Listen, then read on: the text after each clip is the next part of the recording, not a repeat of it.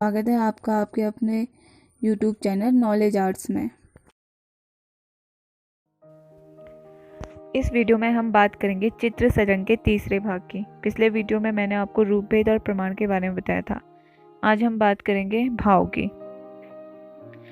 भाव क्या? आकृति की भंगिमा, स्वभाव, उसके मनोभाव एवं व्यंग्यात्मक प्रक्रिया क्या कहलाती है? भाव।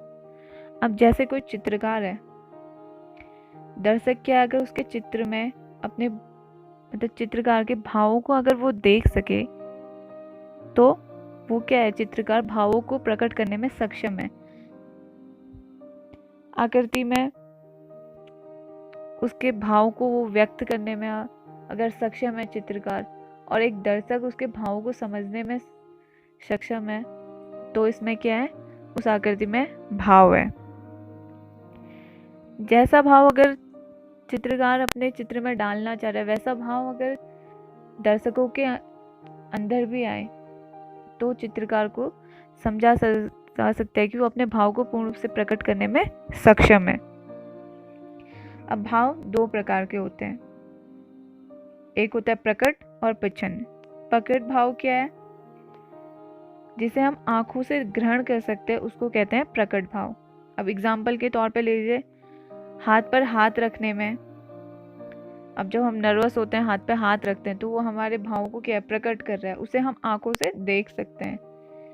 आंखों पर आंचल डालकर रोने में, स्त्री जैसे एक जब रोती है तो एक तरीके से अपने आप को आंखों को ढक लेती है, तो उससे क्या उसको भी हम देख सकते हैं। फूलों के खिलने में, इन सबको हम आंखों से देख सकते हैं। लेकिन आंतरिक भाव को जानने हेतु अनुभव एवं आंतरिक चेतना की आवश्यकता है। कोई भी अगर चित्र है, अगर हमें उसको देख के कोई फीलिंग ही नहीं आ रही है, हम सब हमारा माइंड ही कॉन्शियस नहीं है, सब कॉन्शियस है, हम उसको देख रहे हैं, बस हमें उसमें कोई फील नहीं आ रहा, बस वो हमें सुंदर लगेगी, अट्रैक्टिव लगेगी, लेकिन वो आर्टिस्ट, वो चित्रकार कहना क्या चाह रहा है, अगर हम उसके भावों को समझ नहीं पाए तो इसमें क्या है? हम चेतन रूप में है ही नहीं अपने। अब एग्जाम्पल के तौर पे इसमें देखा जाए तो अजंता एलोरा जैसे कि अपने आप में बहुत ही फेमस चित्र, और उसमें भारतीय सडंग को जितने भी भाग है उसमें उनको हम वहाँ पे देख सकते हैं। अब अजंता के चित्र में जैसे बुद्ध का पुनरागमन, बौद्धिस्ट की पद्म पाणी, जो कि बहुत ही एक खूबसूरत चित्र है, वो गुफा संख्या 1 में है बौद्धिस्ट पद्म पाणी। और मरती हुई राजकुमारी, मरती हुई राजकुमारी का भी बहुत सुंदर इसमें चित्रण किया गया है। वो भी क्या है?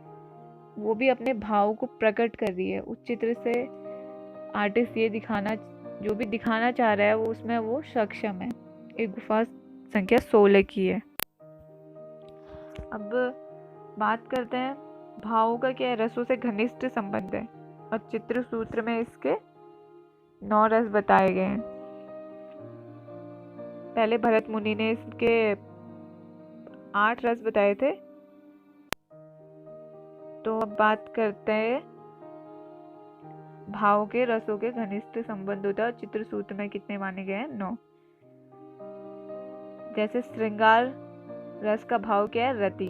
और हास्य रस का भाव हास, करुण रस का शोक, वीर का उत्साह, रौद्र का क्रोध, भयानक का भय, विभत्स का घृणा, अद्भुत का आश्चर्य, शांत का निर्वेद। ये रस और इनके भाव, ये भी एग्जाम पर्सपेक्टिव से काफ़ी इंपॉर्टेंट है। एग्जाम में इनका रस दे दिए जाते हैं और इसका भाव क्या है ये हमसे पूछा जाता है। अब बात करते हैं लावण्य योजना। लावण्य योजना में बाह्य सौंदर्य की अभिव्यक्ति होती है, यानी कि भाव तो आंतरिक है और लावण्य क्या है? बाह्य सौंदर्य की अभिव्यक्ति करता है। भाव चित्र में आंतरिक सौंदर्य का बोध कराता है और लावण्य क्या कराता है? बाह्य सौंदर्य का। यानी कि कोई भी चित्र हम उसे देखते हैं, उसको बाहरी रूप से सुंदर नहीं बनाएंगे, उसमें रंगों को अच्छे से यूज नहीं करेंगे, देखने में वो अट्रैक्टिव हमें नहीं लगेगी, तो हम जनरली उसके पास कम ही जाएंगे। लेकिन एक आर्टिस्ट क्या है, सबका वैसे अपना अपना नजरिया होता है। किसी के नजरिए में कुछ चीज खूबसूरत होती है, किसी की नहीं। अब जैसे अब एम.एफ. हुसैन की पेंटिंग को हम देख लें तो उसमें सुंदर जैसा तो कुछ मतलब सुंदर हैं उनके चित्र, मैं ये नहीं कह रही कि उनके चित्र सुंदर नहीं है, बट एक जिसमें उन्हें हार्ड लाइन यूज़ करी है, उनके चित्र का एक मकसद होता है। तो उसी तरीके से बात करूँगी, वो अपना अपना नज़रिया। हालांकि एम.एफ. हुसैन मेरे फेवरेट आर्टिस्ट हैं। हाँ, तो हम बात करते लावण्य योजना की। इसमें श्री N.S. दास के अनुसार इन्होंने कहा है कि आकारों में संगति से सौंदर्य और आंतरिक अभिव्यक्ति से लावण्य उत्पन्न होता है।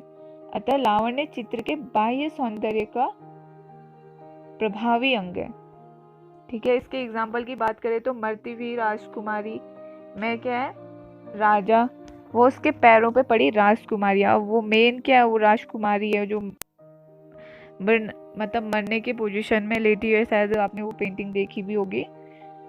और अन्य आकृतियों में भाव से संयोजन के चित्र में संयोजन से चित्र के संयोजन नियमों का पालन करके लावण्य योजना का पालन किया गया है। अब यही है कि उसमें यही कहना चाह रहा है आर्टिस्ट कि उसमें यूज़ किया गया है लावण्य का। एक तरीके से उसको, उसकी जो आकृति है इतनी खूबसूरत तरीके से उसमें लेटी हुई, उसके आसपास जो हैं, यानी कि उसको मेन दिखाया गया है, उसको सुंदर दिखाया गया है। कोई भी चीज़ अगर हम उसमें जो मेन पोर्ट्रे है उसको हमें सुंदर दिखाना है, जो बैकग्राउंड है, तो उसका बैकग्राउंड हल्का होना चाहिए, तभी वो आकृति आपकी उभर के आएगी। तो आने वाली वीडियो में मैं बात करूंगी इसके सादृश्य और वर्णिका भंग की, और उसके बाद फिर हम इसके क्वेश्चन आंसर को सॉल्व करेंगे। अगर आपको वीडियो पसंद आए तो आप वीडियो को लाइक ज़रूर करिए। Thank you. आपका दिन शुभ।